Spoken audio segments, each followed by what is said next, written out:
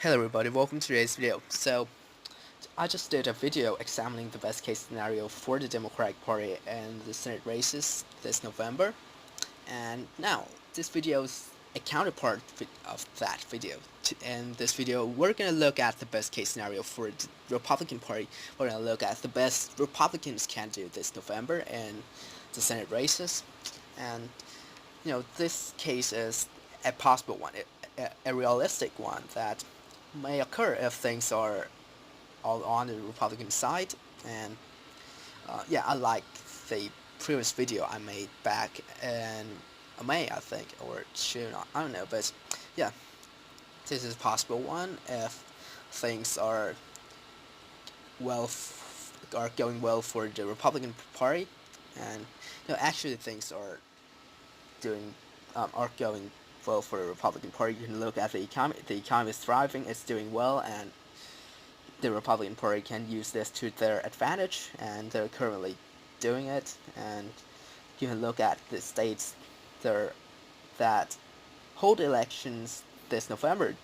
Look at the state of North Dakota, Missouri, Indiana, and some other states. These states voted for President Trump in 2016 and are reliably Republican states. And the Democratic incumbents in all of these states are prone to losing this November. And just look at the number of the states up for re-election. On the Democratic side, there are a lot of seats up for re-elections, but on the Republican Party side, there's only 9. On the Democratic Party side, I believe it's around wait, you know, around 26 seats, and this superbly portrays how this map heavily favors the Republican Party. But anyway, let's get started with our business. So we're gonna start by filling states that are safe for the Republican Party. So there are 4 states currently: Utah, Wyoming, Nebraska, and Mississippi. These states are not going to the Democratic Party in any case. And now we're going to look at states that the Republican Party really has no chance at winning. So the West Coast, these are the Democratic Party space here are entrenched, or and let's look at Democratic Party strongholds in the Northeast. Well, excluding the state of New Jersey, actually, we're gonna talk about it just in a moment. And yeah, the states of Virginia and New Mexico, all of these states are not going to the Republican Party in any way. And even in the best case scenario for the Republican Party, all of these states are the race would at most be narrow, but it wouldn't they wouldn't go to the Republican Party. But anyway, let's look at the Rust Belt. The Rust Belt, Wisconsin, Michigan, Ohio, and Pennsylvania. I really don't see the Republican Party winning here. The Republican Party isn't really there. You can look at these states; they have popular Democratic incumbents, and the Republican candidates are doing extremely badly in polls. So yeah, these states are not going to the Republican Party at its say at their best might just hold a narrow races, but at the end of the day, the Democratic Party would be able to win. And but anyway, now let's look at the seats currently held by Republicans. So Nevada, this one held by Dean Heller, the Republican incumbent. In this case, would go to the Republican Party. You can see that, in my previous predictions, predicts that Nevada is going to the Democratic Party, but in this case, this is the best case scenario for the Republican Party after all. And if you look at the polls, actually, there was one time that Dean Heller led his opponent Jackie Rosen, but now Jackie Rosen's taking back the lead and probably is going to win this November. But this is the best case scenario. I would think Nevada would go to Heller. And look at the state of Arizona. Arizona, this one is currently held by Jeff Flake, who's retiring, and in this case, the Republican Party would win as well. Arizona is a Republican state, actually. But Kirsten Sinema, the Democratic Party's nominee, is doing pretty well. But if you look at the primary results, actually, the the turnout on the Republican Party is higher than on the Democratic Party side. So this might be a determining factor of this race. But you know, Sinema is leading McSally, the Republican nominee, in the recent poll by 3%.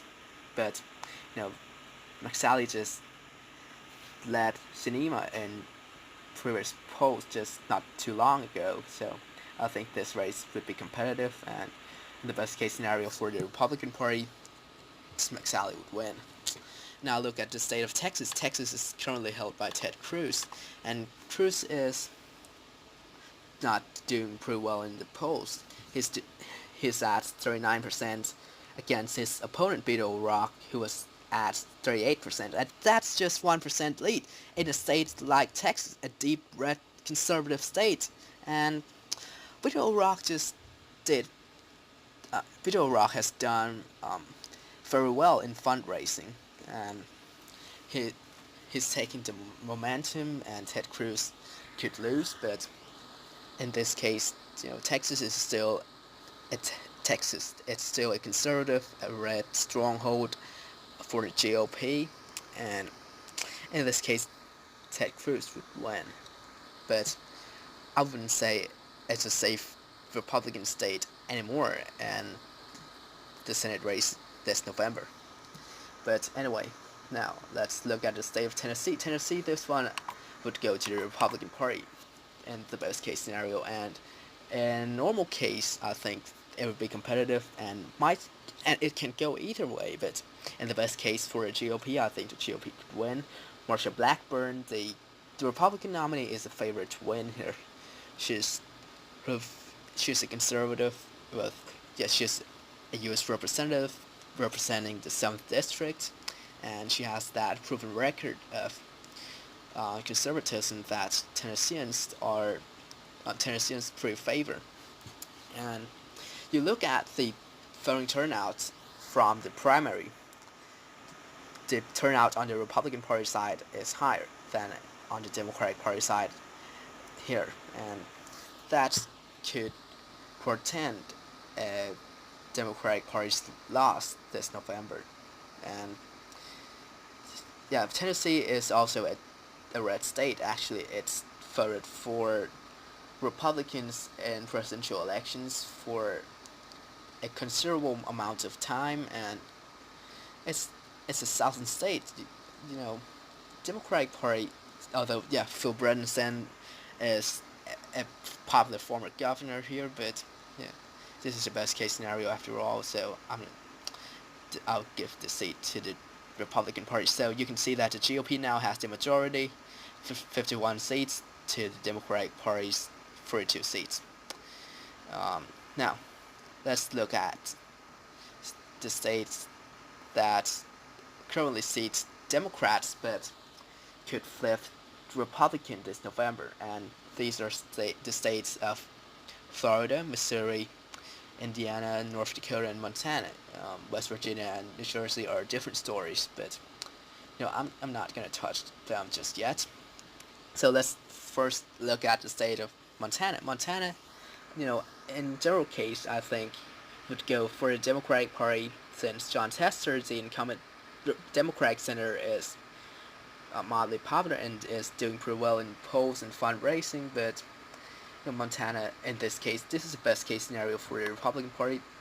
The GOP really has that shot. Matt Rosendale, the Republican nominee, is pretty popular statewide, and President Trump has gone to Montana to campaign for Rosendale for a lot of times, and you can see that President Trump's style of traveling across the country to campaign for Republican candidates is really effective. Actually, you can look at the primary results in states that President Trump went to, like Ohio, and Ohio, the 12 districts that just recently held a special election, you can see that the voting turnout just increased, and it means that wherever the president goes, the voting turnout is likely to go up too. I think it's because of the president's effective use of his rhetoric and some other things. Um, that's President Trump's good at driving out voters and drawing them to the ballot and some sort of things. So Montana is likely to go for the Republican Party in this case, and North Dakota, this one is going for the Republican Party as well, because in general case, you can see that in my previous Senate prediction videos, I put North Dakota as a Republican state because Heidi Heitkamp, the incumbent Democratic senator, is really unpopular here, and she will lose easily. So I'm not gonna say anything more. Oh yeah, and Kevin Cramer, the Republican candidate here, is leading Heitkamp by is leading Heitkamp constantly. So North Dakota is going for the Republican Party. And look at the state of Missouri. Missouri, in the polls, there's a tie between incumbent Claire McCaskill, a Democrat, and Josh Hawley, a Republican Attorney General. And in this case, Missouri is actually a Republican state, and Claire McCaskill, you can look at her approval rating, it's negative, and that means she's very unpopular in her home state, and that could omens her loss this November, and this is the best case scenario for the Republican Party after all. So I would give this seat to the Republican Party. And now let's look at the state of Indiana. Indiana is going for the Republican Party as well. It's a home state of Vice President Mike Pence, who would play a major role in determining the results of the Senate race this November. And Joe Donnelly is not that unpopular senator, but in the polls he's not doing well. Mike Braun, the incumbent, the Republican nominee, is leading Donnelly in the latest poll. So I think Indiana would go for the Republican Party in this case, and Florida would go for the Republican Party as well. Rick Scott is a popular governor here, and he knows how to spend money. He knows how to campaign, and he's frankly a virtuoso in campaigning. That's why he just won the gubernatorial races when he became governor. And Rick Scott is actually more popular than incumbent Democratic Senator Bill Nelson, and that could help him win the seat this November. And in general cases, I would consider this seat a Republican leaning as well. So yeah, Rick Scott would be able to win. And now this there's two there are two states left, West Virginia and New Jersey. So let's see West Virginia first. So West Virginia, I think this one is still going for the Democratic Party. Incumbent, sorry, the incumbent senator here is Joe Manchin. Manchin is a conservative Democrat, and his views are not that out of place. It's those views are actually aligning with West Virginians, and Manchin is doing pretty well in the polls against his opponent Patrick Morrisey. That's why I think this seat would go for the Democratic Party. But the GOP at its best could narrow down that margin, the margin in the race, but eventually Joe Manchin still wins. And now the last state in this map that's left unfilled, New Jersey. So New Jersey, I think this one is still going for the Democratic Party, but by a much slimmer margin. You can look at the polls right now. Incumbent Bob Menendez is really unpopular because of his scandal allegations, but You must remember that New Jersey is still a blue state. I think it's too blue, it's too Democratic, it's too liberal to vote for a Republican candidate, and you know, but you can see Menendez's weakness in one recent poll. He just led his opponent Bob Hugin by only 2%, and this is just like in Texas, 2% in a Democratic Party candidate leading a Republican candidate by 2% margin in a in a solid liberal state like New Jersey. It's really unprecedented. It's it's amazing that uh, that the a Democratic candidate is doing this badly. But at the end of the day, I think Menendez would be able to win. So, well, maybe I'm wrong, but I think, in my own opinion, I think this race could be a razor-thin race, but would nevertheless go for the Democratic Party. So this is the final Senate map. Um, in this case, this is the best case scenario for the for the GOP, and you can see that the Republican Party has 56 seats and the Democratic Party has 44 seats.